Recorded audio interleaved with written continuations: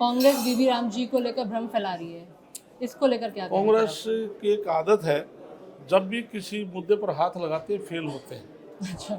जैसे राहुल गांधी ने पार्लियामेंट के चुनाव से पहले पूरे देश में एक प्रचार किया था संविधान की किताब को, जो सम्मानित हमारा संविधान है उसकी किताब को लेकर के। यदि देश में कांग्रेस पार्टी ने कहा था कि यदि भारतीय जनता पार्टी की देश के अंदर 400 सीट आ गई तो संविधान समाप्त हो जाएगा। जी। लेकिन जब मैं राज्यसभा में था, मैं इस बात का गवाह हूँ, प्रधानमंत्री ने राज्यसभा में एक चिट्ठी पढ़ी थी 27 जून 1961 की, जो उस टाइम के प्रधानमंत्री पंडित जवाहरलाल नेहरू ने सभी मुख्यमंत्रियों को लिखी थी कि 1947 में देश आज़ाद हुआ, डॉक्टर भीमराव अंबेडकर ने संविधान का प्रावधान किया, लेकिन लोगों सामर्थ्य हो चुके हैं, क्यों ना इसको समाप्त कर दिया जाए। लेकिन कांग्रेस के लोगों ने उसको एडिट करके ये चलाया कि नरेंद्र मोदी जी संविधान को समाप्त करना चाहते हैं। उसके बाद फिर उन्होंने वोट चोरी का आरोप लगाया।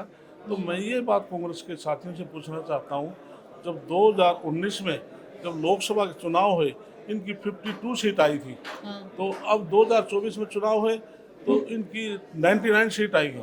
यदि हमने वोट चोरी की तो 52 से घटनी चाहिए थी, 99 नहीं बननी चाहिए थी। अब जैसे आपने मनरेगा की बात कही, ये पहले था नरेगा, ये 1971 से इसकी शुरुआत हुई थी और समय समय पर ये नाम चेंज होते रहे हैं। लेकिन ये मनरेगा भी हुड्डा सरकार 2005-06 में थी, उनके समय में ही ये मनरेगा लागू हुआ था।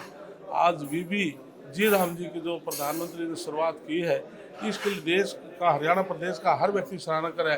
जैसे हम सुबह उठते हैं एक दूसरे से राम राम जी करते हैं, किसान खेत में हल जोत रहा है तो राम राम जी करते हैं, हम मुसीबत में जब कोई व्यक्ति आता है तब भी राम का नाम लेता है। इसलिए जी राम जी नाम रखा है।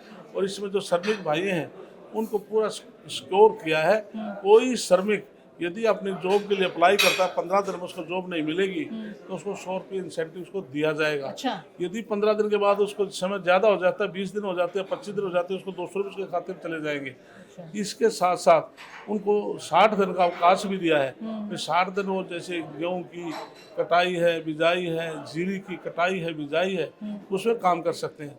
दूसरा उन्होंने कहा कि कर्मचारी है वो सिक्योर नहीं है। पहले जो बजट होता था मनरेगा में तो उसमें 6% बजट होता था, उसको कर्मचारी बढ़ा के 9% कर दिया, वो भी इसमें सिक्योर है। इसलिए और जो हुड्डा की सरकार थी 2005-06 में, उस टाइम केवल 90 रुपये एक दिन में श्रमिक को लेबर मिलती थी। लेकिन आज 30 प्रदेश हैं, 30 प्रदेशों में हरियाणा प्रदेश एक ऐसा प्रदेश है जिसमें 400 रुपये हर रोज मजदूर को लेबर दी जाती है।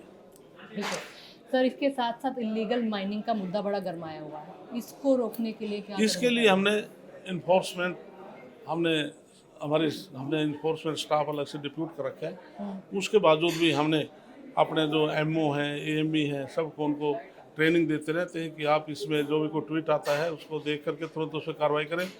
उसके बावजूद भी हमने ये इस बात का मैं आपको इंडिकेट करता हूँ, यदि इलीगल माइनिंग होती तो पिछले वर्ष हमारे को 700 करोड़ का बजट दिया था कि आप 700 करोड़ रुपए सरकार को देंगे। अच्छा। सरकार को जो टारगेट रखा था, जो कि इनकम करके, क्योंकि माइनिंग डिपार्टमेंट सरकार को देता है न कि लेता है, तो इसलिए हमने 700 करोड़ को उसको अचीव किया। लेकिन इस साल का टारगेट माननीय मुख्यमंत्री ने हमें को 1200 करोड़ का दिया था। अब से पहले हमने 850-900 करोड़ रुपया हमारा अब से पहले हमने रिकवर कर लिया है। अब जो टारगेट दिया है हम उसको पूरा करेंगे। यदि इलीगल माइनिंग होती तो हमारा जो हमने पैसा की रिकवरी की है वो नहीं बढ़ती। और अभी हाल ही में बजट आया है, अब आगे आने वाले समय में हरियाणा का भी बजट आने वाला है, इसको लेकर क्या कदम सरकार की तरफ? मैं नायब सैनिक का विशेष तौर से मैं धन्यवाद करता हूँ कि जिन्होंने परी बजट के लिए सभी 90 विधानसभा के साथियों को बुलाया। और नहीं आए अलग चीज़ है, लेकिन चाहे किसान वर्ग है, चाहे उद्योगपति हैं, चाहे श्रमिक हैं, अलग अलग लोगों से मिलकर के इन्हें चर्चा की है। और पिछला जो बजट आया था उसमें 275 नए सुझाव डाले थे, और अब भी जो पूरे प्रदेश में इन्होंने दौरा किया है तो अब के बारे में नए सुझाव डाल करके बजट को, अच्छा बजट को पेश करेंगे। सर, जो आम बजट में कहा गया है कि किसानों के लिए एआई टूल की बात की गई है, डिजिटल का ज़माना है, अब तो एआई भी आगे आ गया है, तो इससे हरियाणा के किसानों को क्या फ़ायदा होने वाला है? मैं कहता हूँ हरियाणा प्रदेश एक ऐसा प्रदेश है जो किसानों को बहुत बड़ा सम्मान है। बिल्कुल 24 जो फसलें हैं हमारे एमएसपी पे खरीदी जा रही है, पूरे देश में नहीं है। हाँ इसलिए प्रधानमंत्री नरेंद्र मोदी जी देश के पहले प्रधानमंत्री किसान सम्मान निधि के हिसाब से पूरे देश में पैसा दे रहे हैं।